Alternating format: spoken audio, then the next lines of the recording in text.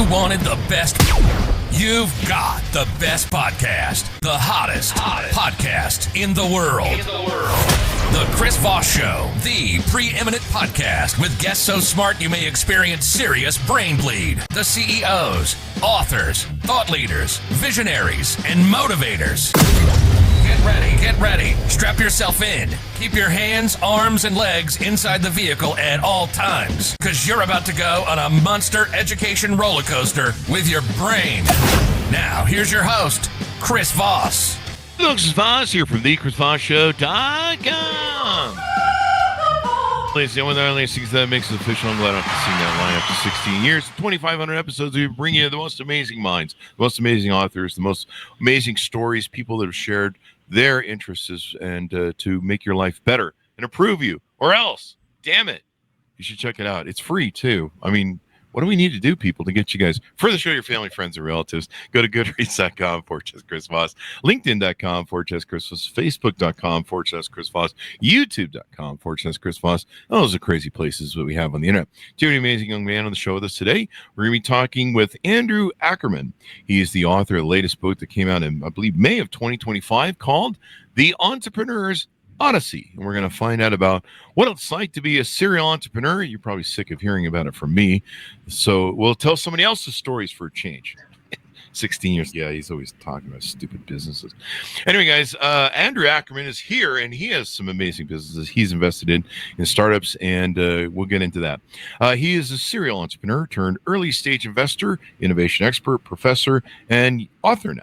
He invested in 70 plus startups and mentored hundreds more. He built his first startup as the top provider of web services to summer camps. Lots of mistakes. Luckily, none killed the company. Those are always good to survive. He managed a family office, incubated new ventures while managing hedge and private equity funds. He recruited to found an app for parents to organize digital memories. Can you leave the teenagers out of those? Oh, I'm just kidding. Parent jokes. Experience is what you get when you get what you don't want. All right, I'll leave that. Yeah, this bio is pretty interesting. You got like men here and TLDR. You're a fun little commentary we got. So we're going to get into it. Welcome to the show. Andrew, how are you? I am awesome. You called me a young man. You've already made my day. Yeah, I learned it from Carson. Always gas up your guess. So, I mean, you're at least, you can't be a day over 35. I mean, not one day. 2. All right. Well, Andrew, give us your .coms. Where can people find you on the interwebs? Yeah. If you're curious about me in general, it's Andrew, the letter B as in boy, Ackerman.com. So, Andrew, give us a 30,000 overview of what's inside your new book. Oh, okay. You may have heard of the Entrepreneur's Odyssey. So long story short, I've been told that I should describe it as the lean startup meets the alchemist, meaning that it's everything you need to know to make a startup from like, I got an idea, I'm pitching it at this kind of law firm in an evening event, all the way through to, hey, I just closed my first round of financing, but it's actually told like a story rather than a how-to guide. There's a fictional startup, fictional founder, kind of a pastiche of all the founders I've worked with, and it takes you through everything in memorable real life scenarios. Sometimes parables or stories that are examples of like a novel, and as you put it, textbook to novel, sometimes those play better with people. Like they by seeing someone else kind of from that third party thing instead of reading this. I've read tons of Tom Peters. I'm sure you have too, the Druckers, all the great books. But sometimes it's a little hard when someone's just going, hey, you do this, and you're just like, I don't understand how this really works. So you want a confession? Sure. I hate reading business books. I hate them. Like even the really good ones, they're like dull, they're dry. I feel like we all hired the same ghostwriter in the Midwest, and it's anecdote, name drop. And then there's like a half-page summary at the end and like the box or with the bullets. And you know what? If you just ripped out those end of chapters and stapled them together, you'd have a great 20-page PowerPoint. So it's tough. Even the really good ones. There are very, very few business books that are both good content-wise and good as books. Yeah. I mean, I've loved a lot of great books. Tom Peters was somebody I read a lot of, and I used a lot of his stuff. What's interesting is sometimes the reverse engineering that people go through in books and business books to explain the lightning that happened in the bottle. Like, how was Steve Jobs, hit so many home runs? Some of it was fucking luck. Well, and some of it was just good people around him. Well, you've hit all my nerves today, right? No, so it's like, it's history by anecdote, right? It's like, well, Steve Jobs put his left foot in his pants first, so that must make a great entrepreneur. Well, dude, half the country does that, right? No, you're supposed to do the left side first? I don't know. I made that up. Yeah, that explains why I'm broke. But I'll give you I'll give you a great example which illustrates, I guess, maybe the thing I have in common with Steve Jobs. Like, tons of mistakes, but none of them killed the company. You know that story they have about Gorilla Glass? The whole story, like. You want to tell it to us? Oh, so he comes in one day and he's like, we can't ship. He's like, why not? He takes his phone out and there's like scratches all over the glass. He goes, I put it in my pocket with my keys. It's all scratched. I can't ship this phone like this. So they went out and they changed the glass they were going to use. They developed, or they found this, Gorilla Glass they have now. He set the production schedule way back, cost them untold millions, tens of millions, maybe hundreds of millions of dollars. But everyone holds this up as like, man, you got to be maniacal about your product. Mm-hmm. My feeling is that was dead wrong. I'll ask you a question. Your phone right now, is there a chip in it? Not this one. I have phones with chips in them, though. I have a bunch of phones. How often or how many times have you had a phone with a big crack in it and you've walked around like that for over a month because you can't be parted from it for the hour and a half it takes them to fix the glass? Mm-hmm. Yeah. And by the way, if you put your phone in your pocket with a sharp metal object and it got scratched, would you call that Steve Jobs' fault or you being a dumbass? Me being a dumbass, but yeah. I'm kind of weird that way. I'm not everyone, like anyone. Oh man, I put sharp metal against glass and it's scratched. Who would have thought, right? Okay, so here you have a product that is so sticky that even with big cracks in it, people will not take it out of their cold dead hands. They can't be parted with it long enough to fix the screen. Mm-hmm. So that shows me that like a little bit of scratches on the screen wasn't the thing he should have optimized for. He could have shipped it. Version 2 would have been new glass, new and improved, and nobody would have said boo. No one would have said boo. It's interesting that way. I mean, he was meticulous at what's that famous story about the color yellow in the original iPhone? He was like obsessed with the shade of yellow, and I think he called his team and went, "This is the wrong yellow." And you're like, "Okay, dude, whatever." I think that's the story if I recall correctly. Yeah, no, there's tons of stories like that. You ever hear of a guy called, seemingly enough, Guy Kawasaki? Yeah. So I like his approach a little better. And before I use all his quotes, like, what is this PG-13 or say what you want? Say what you want. Okay. So one of his favorite quotes, he's got really good, one of my favorite quotes of his, and he's got a lot of good ones, is like, principle number 1, fuck it, ship it. Right? He's like, and number 2, similar related to it, it's like, if you don't look back at version 1.0 of your product and cringe at how disgusting and how primitive it looked and how ugly it looked, you waited too long to ship. Right? If you've developed something that's really solving a painful problem, I mean, really, the kind of thing people really care about, they will take the half-finished product out of their hands. They can't wait to get their hands on it. Yeah. Right. So ship it as soon as possible. Get it in front of customers as soon as possible. Like, it's easier to iterate on software than hardware, obviously, but you do the best you can. You just get out there faster. Right? Yeah.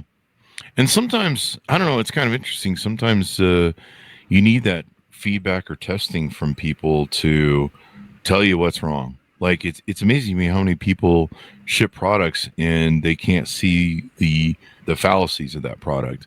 And sometimes you need that feedback. Bubble, right? They have this big vision, right? And they're like, I gotta build this. And then like, they don't realize that like half the things they just built, no one cares about. And if you get a team where they're strong about certain things, you kind of retreat to the things that you're good at, even if that's not the most important thing for the company. Yeah. Hey, I got a joke if you want. This is one of my few PG jokes. Okay. But it's on point. PG jokes. Yeah, I don't have a lot of PG jokes. Most of my jokes are not safe for. So this old guy is in the middle of the street at the middle of the night, looking down, just like looking down. Mm-hmm. His friend is hey Chris, man, what's wrong? What are you doing in the middle of the street at night? And he says, I lost $20. So his friend says, okay, Chris, let me help you look for it. So down after like 10 seconds, it's the middle of the street. Like there's not a lot of places for $20 to be. Yeah. So he says, gee, Chris, I don't see it. Where exactly did you lose it? So the old guy says, down that alley. And I go, well, geez, Chris, like if you lost the money in the alley, what are we doing in the middle of the street? Well, the light's better. But that's exactly what founders do, right? So honestly, let's say you got a technical team, right? They're really good at like shipping product. Mm-hmm. And something's not working, they're just going to keep on putting out new features. Like, if I just fix the user experience, or I just fix new features, then it'll all click. But really, guys, like, you have a problem here. You're not selling it right, maybe. Right? So you got to go out there and you got to do the marketing. You got to go talk to the customers, but they're not good at that. So they retreat into what they're comfortable with. Or you have the other one where you've got guys that can sell ice to Eskimos, and it's not working. And he's like, well, I'll just try a different channel. I'll just try different ways to sell it. Well, hey, you got to go back to basics. Maybe your product's not what they want. So we're all guilty of retreating into our comfort zones, or as the joke would put it, where the light's better for us personally. Yeah. I remember that I can cite that in a lot of different things, but I remember the Path app was that way. When the Path app came out, it had a Facebook UI killer, and it had a beautiful UI. They'd done just an amazing job with it. But there was one caveat that I knew would fail, and I could have bet $1 million that it would fail. And I wrote, I don't know, whatever the dude was. And the failure point was it focused on this naive sort of experience that you only can really, if we've had hundreds of thousands of followers on Twitter and Facebook, LinkedIn, all that shit, and YouTube.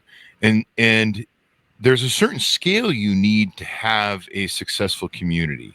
You may not be talking to 5,000 or 6,000 or 20,000 or whatever the hell it is on my Facebook, but the scale of the filter down, that funnel, like a sales funnel of numbers of people that follow you and numbers of people who interact or occasionally see your stuff and convert, what converts and what you interact on a daily basis with, you need to have that. And so by them running at 50 max followers that you can have, that's what Path app did, is they locked it in, where on Facebook and other places you can have LinkedIn 60,000, 5,000 on Facebook. But by locking it at 50, that means if you run the scale of numbers, you're maybe going to find people you're going to talk to every day. Yeah. And so I wrote them and I go, this is the dumbest limit you do. This will kill the app. You have built this beautiful eye that is a Facebook killer, but you're cutting off your nose to spite your face on this one fucking thing. And I can't remember if I ended up talking to him or not, because we had similar friends with Robert Scoble and stuff. And I think he was having lunch with him at the time. And I was like, this is the dumbest thing. You have to change this one fucking thing. You've built something that could beat Mark Zuckerberg. But So first of all, like, I remember Path really, really well. That was David Morin. It was like 2013 plus or minus. I know it really well because Bunk One, my first startup, one of the biggest features within this internet service for summer camp startup was the photo gallery, and it was parents going back to see pictures of their kids at camp. Yeah. Right. One of the parents said that was like crack for summer camp parents. Like, refresh. Hit refresh is not going to change the photographer having not taken more photos yet, but they were all over it. But it gave you great. What's the thing people love with apps like that? Great stickiness, engagement. Yeah, depending on. But for those 2 months of the year, and then it was like crickets for the other 10. But that's a different story. The theory behind it was if you had 50. The theory is like you only really have 50 close friends, and but you're right. My 50 close friends, they all have lives, so they're not going to be online all the freaking time. Which means that if I'm on and they're not. Even if not exactly on, like how you're just hearing crickets. That was it. And I think towards the end, after they raised a bunch of money, they realized and they raised the limit, but that moment had passed. Yeah, they missed the hit. That's what your story. 200 at the end. Yeah, and even 200 was like too small. I mean, I recently sat down with the Facebook came to me and said, I think they did this with a bunch of people just recently, and they said, hey man, you've got it looks like I've got 8.3 thousand followers on Facebook, and you need to either convert to a fan page if you want to keep those followers, or you can just keep your 5,000 friends. And recently I sat down and looked at my 5,000 friends, and you would be surprised. I mean, many of these people have been with me since I got on the internet in 2008, 2009 and created the Chris Voss brand. And I don't know them, intimately, or we're having lunch together. I know a lot about their lives over the 16, 17 years I've been on. I mean, I went through a whole mess of them, and I was looking for people I could delete. I was like, I have like 17-year relationships with this, and Wow. some of these people, it's pretty loose, but I know their faces. I know some of their posts. I know some of their stories over 17 years. And so you could say, well, you only you hang out with maybe 10 people or something. It's not really true. And sometimes, like my birthday, they all come out. I come out for their birthdays, and some of these people, I kind of know their stories. In fact, it was kind of interesting to me to see how many people had passed away or disappeared during COVID, which I can only imagine what happened. But yeah. So if you want, let's curve back to the book, because I kind of took us off on the hating path tangent. It was so beautiful. I mean, it was he had It was a very well designed app. He had it. It was there. He had all the shit that was missing. He had shit that made it intimate, and just that one fatal flaw that was guaranteed. You could have given me any amount of money, and I would have bet $1 billion that fucking thing was going to fail on that one issue. Anyway, so the Entrepreneur's Odyssey. Tell us about who's the character in it. Is there a character? Tell us about him and how he goes through this story. Yeah, so let me add, I'm working on answering the questions first before going into the whole build-up. So the main character, Marcus, is an entrepreneur. He has an idea for something he's been working on for a while. And then he ultimately runs into an angel investor named Jason at a pitch event. Mm-hmm. And Jason's like, yeah, you're all wrong, but there's something good here. And Jason ends up taking him under his wing and mentoring him through the process, customer discovery. They pivot, to use the P word. It happens, right? They pivot into something that's same but different. Mm-hmm. Then ultimately, through finding the right co-founder and through everything that you need to do to make a successful startup, right into and including the fundraising process and closing the round. Now, the thing I was going to segue into, but I kind of pulled myself back. I got to answer the question first. Is all the characters in the book, almost all of them, are actually based on real people. Mm-hmm. And I did it because I'm not that good a writer. I did it because, I write a lot. I write a lot of articles, like 70, 80 articles for, the trade press and the startup press. But those are all like 500 to 800 words, and they're all my voice. And nothing's one of the things that's really annoying about books is when all the characters kind of sound the same. Mm-hmm. So I wanted them all to sound very particularly different. So the angel investor, Jason, is actually named partially based off of a guy, John Asen, who was one of the OGs of the New York startup angel investing scene, who I knew pretty well. And we actually did a trip to South Korea together, but that's a different story. Mm-hmm. He passed a couple of years ago.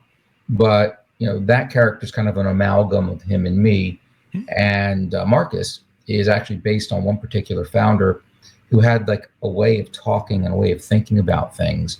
And anytime I wanted to put words on paper that were Marcus's words, I just kind of visualized this other entrepreneur saying it. I'm like, okay, that's how Marcus has to sound. Mm-hmm.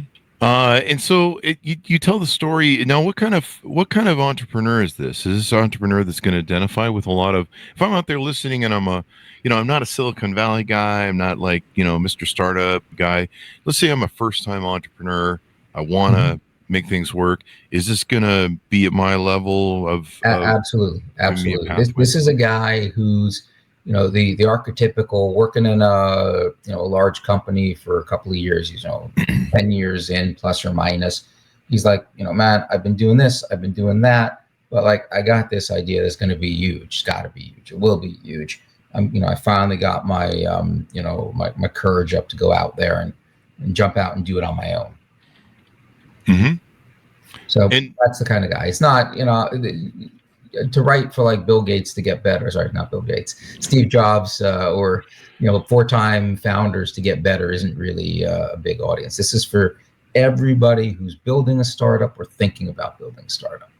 And I think a lot more people are going to be into entrepreneurism with AI, what's happening with AI. There's going to be a lot more layoffs with AI. I think Amazon, or I'm not sure I got that right. Somebody announced today there's a rumor flying around. There's going to be 30,000 layoffs, but usually it's from a good source, evidently. And I believe it is, yes, Amazon targets as many 30,000 corporate job cuts. We've heard Mark Benioff kind of bragging about how much he loves laying off people with AI. I'm kind of insinuating his words a little bit, but that's kind of how I came off the cuff. And so I think that's going to create more of an entrepreneurial sort of society. Maybe, I don't know. What do you think? What do you think is going to come out of the AI layoffs? Are we going to maybe find more people that sell, coach? What do you see the vision of that? So a couple different ways to take this. So number one, like entrepreneurship and startups can mean a lot of different things. The kind of startups I deal with and I invest in are like the archetypical tech startups, right? Like big data kind of SaaS software or, direct to consumer apps, that kind of thing. But they're also like, hey, I've always wanted to start a photography studio. I just got laid off. I got nothing to lose. Let's do it. Right. Or let's become a consultant or become a career coach. Those are also entrepreneurs. Those are also startups. They're a different kind of startup. In fact, in some ways, they're a special case of a tech startup. A tech startup is like, we don't know anything about it. We don't know if people want it. We don't know if they'll pay this kind of money. We don't know. In theory, we don't even know if the tech will work the way we want it to work. In a small business startup, like, yeah, we know how a gas station works. We know how a dry cleaner works. The only thing we don't know is that top line, like how much money can we bring in revenue at the top. But it's all entrepreneurship at its base. And even if you're working inside a large company, I would argue that you need to have the same kind of entrepreneurial mentality to be the one that's not laid off. You have to be like, oh my God, this AI stuff is cool. I want to play with it. Right? Yeah. You have to be not like I'm worried about it. Not like, oh, I got 10 years left. Can I coast out without having to learn anything new? You got to be like, oh my God, this is great. I never want to retire. Right? It's just getting more and more fun. Now, in the long run, this is to answer the other question. Like resources don't go unused. Right? If there are people available, we'll use them for something. Short run is very disruptive, but in the long run, like we will use people for it. And AI isn't going to replace people so much as replace what people do. So take vibe coding, right? So the idea that we can use AI to actually program, which is very cool. There's certain things it can do really easy, and there's certain things it can't do, and there's certain things that are only possible using AI. So the theory I've heard that I most believe here is that a lot of vibe coding is going to be used for the stuff that was too small to get anyone from IT to do for you. Yeah. Hey, that's not a big deal. It doesn't move the needle for the company. Well, now everyone can vibe code. I can solve my problem for myself. And it's also going to be used a lot for the stuff that like, hey, I could never build anything like this without AI. It's that middle area that, it's that middle area that's going to be changed the most. The kind of stuff where I've got programmers working on it right now. I would build it for the company, but AI can do a pretty damn good job on its own. So those kind of roles are going to be, we need fewer and fewer of them. But then you're going to use them more in other capacities. Maybe auditors for AI, because there's when AI hallucinates, creates some pretty interesting stuff. But I thought you were going to say you can replace a lot of accounting roles. You can replace a lot of compliance roles. You can do that. Again, the hallucination thing gives everybody pause. Yeah, it'll be interesting to see how it all comes out. But imagine the future. We're just going to be more people that are selling what we know and our time than maybe anything. I don't know. It'll be interesting to see where all that ends up and goes. What do you hope people come away with when they read your book? So a couple of things, right? So if you're sitting in your your corporate office, your corporate cubicle, thinking like, I got this, but what's it really mean to be an entrepreneur? I want you to get two things out of it. One, this is what I got to do, right? These are kind of the steps. It is a step-by-step guide. But equally important, I want you to get the sense of what it feels like to be an entrepreneur. Right? You can't get that from a how-to book. You got to understand, these are the risks. You're looking at your bank account go down every month and hoping that it starts to go up again before you run out. Like the analogy is like we jumped off a cliff. Maybe we can build like a parachute before we hit the ground. Or better yet, an airplane. We can build. I like that analogy. Maybe we could build a parachute before you hit the ground. Yeah. Sounds like every business ever started. Yeah. Well, that's it. Like it's a fundamentally stupid thing to do in a lot of ways. You know, I know people who are like, if you're asking me, should I do a startup? The answer is no. Right? You got to do a startup only because you can't possibly live without ever doing it. Now, that said, I will say there are better and worse times to do it. Yeah. You could be sitting in that office and you're thinking about it. Hey, if you're married and your spouse has a good job with healthcare and you got a little bit of savings and you don't have kids, your kids are really young. So like, you're not, a lot of costs against them yet. Like that's not a bad time, right? You're presumably far enough in your career that you got the good relationships. You know what a real pain point in your industry is. Your spend is fairly low. That may be the best time to do it.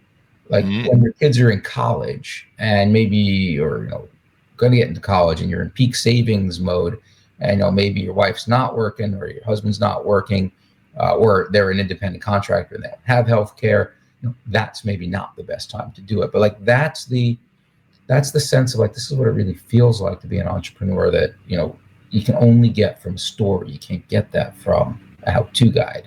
And then obviously for the people who are doing a startup, like right now, oh my God, like take 2 days off, just read the book. It'll save you a lot of mistakes. Like learn from someone else's mistakes. Don't learn from your own if you can avoid it. Yeah, definitely learn from other people's mistakes because the ones you do your own are kind of painful and expensive sometimes, really, when it comes down to it. So, it's something more people need inspiration from. I like how you put it together as a novel and help people walk through stuff and how to build a startup.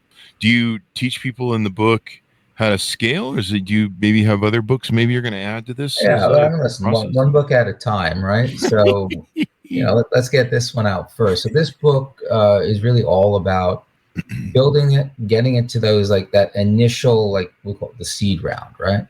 And it also includes like finding the right person to be your, goes to market with you. But I don't talk about, I don't focus that much on the sales process.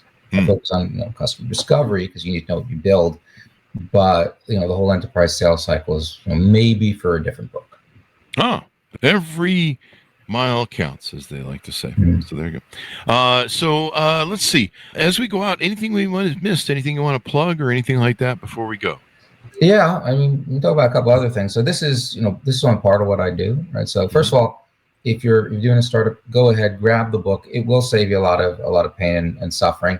And there's a lot of funny puns in it, right? So like, it's a novel guide to startup success. And if you look down at the cover, like you'll see a guy in front of this maze. The guy's got a chainsaw. He's like hacking his way through. So that's kind of my sense of humor. I think it's a funny book. People have told me that, but who knows? No one tells you you're not funny to your face other than, your teenage daughters who will tell you that YouTube. over and over again. People on YouTube or Twitter. But, just this is kind of a part of what I do. So I also deal with the other side of the fence, which is like large corporations who have set up innovation teams or corporate venture funds or accelerator or venture studio. And, they're just not working and they don't know why. So like, behind the scenes, I have a much kind of more buttoned down approach, much more buttoned down set of clients where I talk about those kinds of things. Well, it's been fun to have you on the show and talk about entrepreneurism, my favorite subject. Been an entrepreneur since I was 18, so I have all the scars to prove it. I can show you, but they're pretty gross. Anyway, but any other advice you want to give to entrepreneurs as we go out, Andrew? Yeah, this one I heard early in my career, so I'm gonna share it with your audience. Like the number one skill you can have as an entrepreneur is empathy. Right? Empathy, not just sympathy. Oh, I feel bad for you, but empathy. Oh, I feel how you feel. I know exactly how you feel. I was there before. The reason for that is if you can put yourself that completely in someone else's shoes, you're going to be able to tell what moves your customer. You're going to be able to tell why they feel the pains that they do and how do you solve them. You're going to be able to understand what motivates your investor and how to speak their language and get them to want to invest. Like it's going to help you across the board. So cultivate that ability to see things from other people's perspective, to feel it the way they feel it, and it'll pay dividends across the board.